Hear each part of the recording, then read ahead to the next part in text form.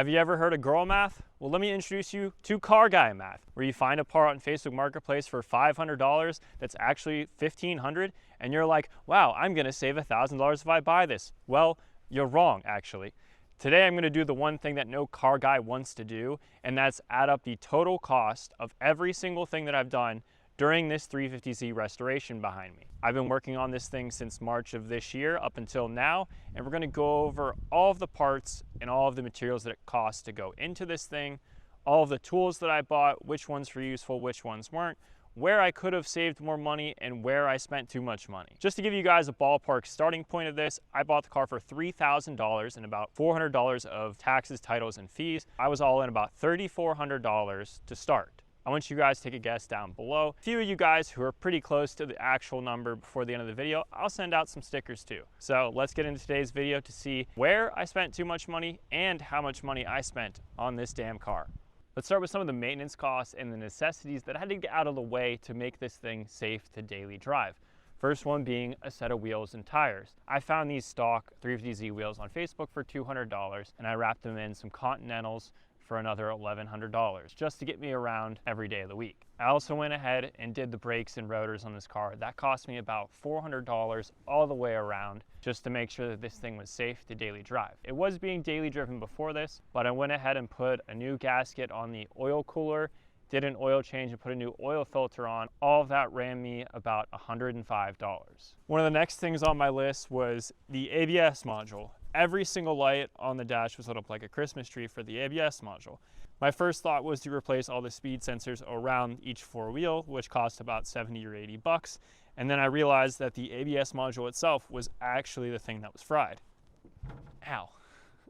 I found one of those on eBay for about $65, and after a quick swap and some new high-temp brake fluid that cost me about $37, I was all good to go. All the lights were gone off my dash. The last big ticket maintenance item that I had to do was the differential bushing. It was fried. I spent $150 on the Z1 Motorsports bushing removal tool and $100 on the 3 polyurethane bushings that go on it.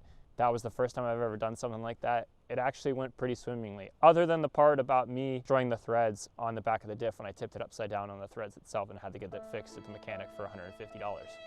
Other than buying pretty much the most expensive tire I could have got scammed into, I think I did pretty good on all the maintenance stuff. I could have saved a couple bucks here or there. I lucked out on the ABS module because it was a gamble buying one off of eBay in a parts car, but that was the gamble I was willing to make. That pretty much wraps up all of the general maintenance stuff that I found within the first couple of weeks. So now let's move on to something a little bit more exciting. Oh, come on, you bastard. Now let's move on to the exterior of the car and all the bodywork and paint that I had to do. When I got this, the door was from a black car, the front fender was primered, the hood was pretty beat up, and there was a couple of dents in the rear quarter panel, like your little cousin got a little angry at you for beating him in wiffle ball and took it out on your car. First thing I did was bought a couple of different PDR kits off of Amazon. First one being $46 and the second one being $65. The pulling tool actually worked surprisingly well, and I was able to pull out the couple dents, and then I pushed out the remainder of it with the pushing rods. And then I threw some Bondo over top of what was left, primed it, painted it, and cleared it.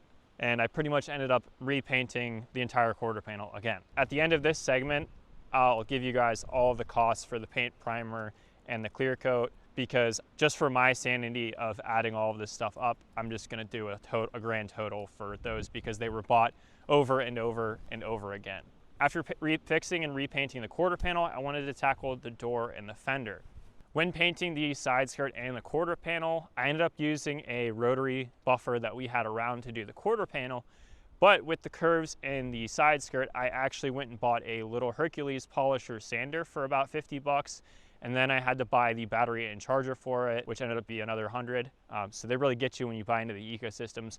But that little tool I've used over and over and over again on this project, and it has been awesome. And I wouldn't have been able to buff and polish the intricate curves on the side skirt right inside the door sill when you open it. I learned a little bit each time I painted, and The door and the fender are actually probably some of the better paint jobs on the car. I ended up wet sanding everything on this side of the car all by hand. After doing that, I realized I needed to buy a polisher and sander because the hood was going to be a much larger task than these were. I picked up a DA orbital sander that plugs in from Harbor Freight for about 120 bucks, and then miscellaneous polishing pads and compound with it. I think those end up being about $42 together. The polisher and buffer, one of my favorite tools that I bought during this project because it made the prep work and the post work on this hood a lot easier. So the grand total on the paint and clear coat that I bought to do the hood, the bumper, and the whole driver's side of the car was about $425 on aerosol cans and $375 give or take on clear coat.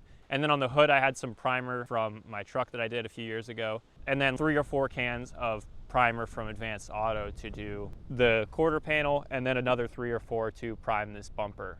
Those ran about, I think, $10 or $15 a can at your local Advanced Auto. I probably could have saved a lot of money just buying regular automotive paint and doing that, because I ended up respraying the quarter panel again after I was in a hit and run with an actual paint gun, and it went pretty well, surprisingly, after painting the rest of this a handful of times. That would have probably saved me a few $100 down the line, but you also have to buy a few other supporting things like an air compressor, air gun, air hoses, inline filters, which thankfully we kind of already had laying around the shop from other miscellaneous projects that we have done in the past. So give or take, primer, paint, sandpaper, clear coat, and the couple polishing tools that I bought was in about $1,000 to $1,200 plus a whole lot of elbow grease for this mediocre paint job on my 350Z. I definitely want to repaint the hood in the near future, but I think I'm gonna wait to do that until I get maybe some side skirts or a front bumper to go with it. That way I can paint match a few things all at once, and it makes the project a little bit more worth it.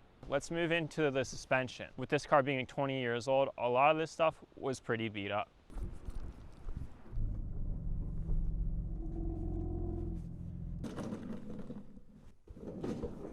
This car was driving pretty horribly when I first got it. I went and picked up a couple outer tie rods at Advanced Auto, and a couple of you guys from the Discord actually sent me 2 wheel bearings to go in the front end of the car. Thank you to Soup and Emil who sent me those.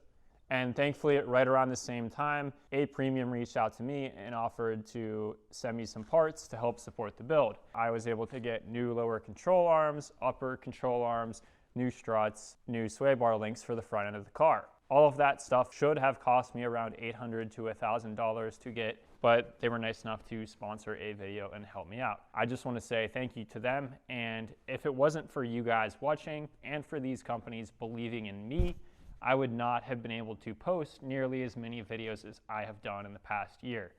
I probably would have been able to afford like 1 video a month, if that, on my own.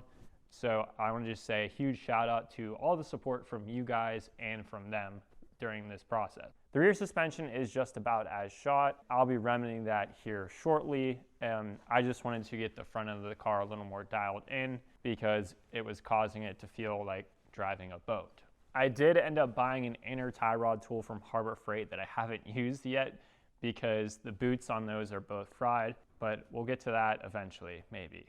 I think that's like every car guy's excuse is I'll do it the next time I work on it.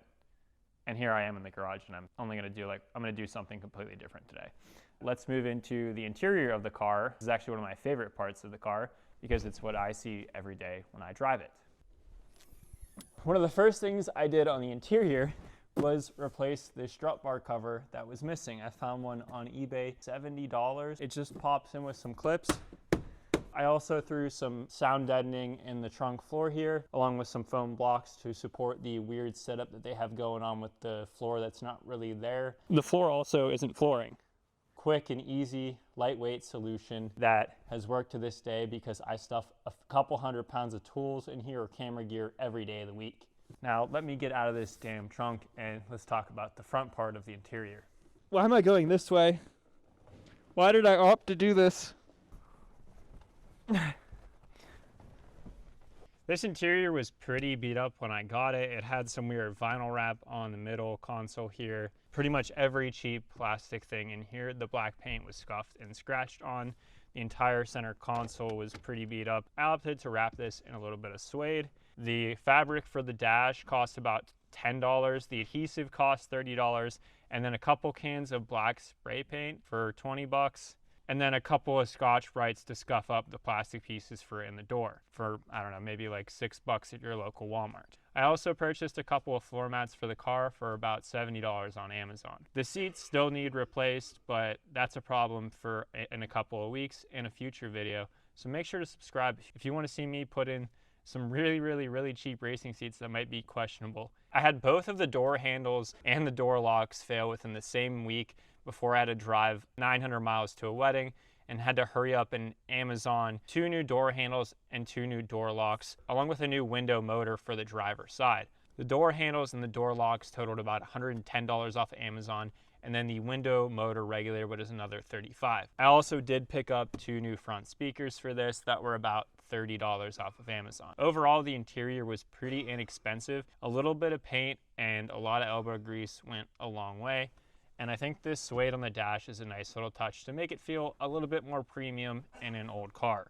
Now let's talk about some of the fun stuff that I got to do to the car. I found a Nismo S-Tune exhaust on Facebook Marketplace for about $400. It was dented and it had a little bit of overspray on it, but hey, it still functions great. I also put a Flash Shark Y-pipe on the front part of the car, and coming up in a video here shortly, I'll be putting new headers, high flow cats, and the plenum spacers on the car as well. So I'm pumped to be doing all of the fun stuff finally. You guys probably want to hear a sound clip though, I bet, right?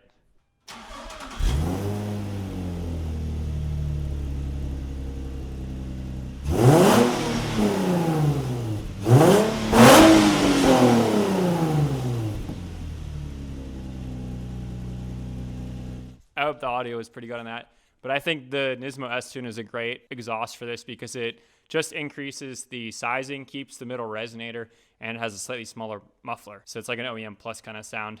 That pretty much wraps up all of the fun stuff for the car and all the additionals that I did. I did take it to a few different shops over the course of my ownership. Between like 3 or 4 trips to different shops, getting like alignments, new tires, the brake fluid and stuff that I mentioned before. It's cost me about $650 for all of that. I did leave out the attempted re-clearing of the shitty carbon fiber that was on this hood. We spent about $100 on some clear coat and sandpaper to try and save it, but the carbon was too damaged anyways, so that's why I opted to repaint it. And these hood pins were about $70. I did forget to mention those earlier in the video because these are those the Aero Catch ones that are a little bit nicer than the ones that you can get at Advanced Auto. If you left a comment down below of your guess, I will be picking some of you guys for the stickers like I said earlier. The grand total, I'm obviously probably forgetting some bolts and stuff here and there. Into this project so far, I have about $10,694. Do I have a lot of money into this car? Yeah, absolutely. But I've learned a lot of new skills along the way, met a lot of cool new people, and made a lot of memories that I would not trade for the world. I think that outweighs any dollar amount that you could put onto a project car. And if you guys want to see some more car videos and more 350Z content, don't forget to like and subscribe. Maybe for 2025, I might have a new project car. See you in the next one.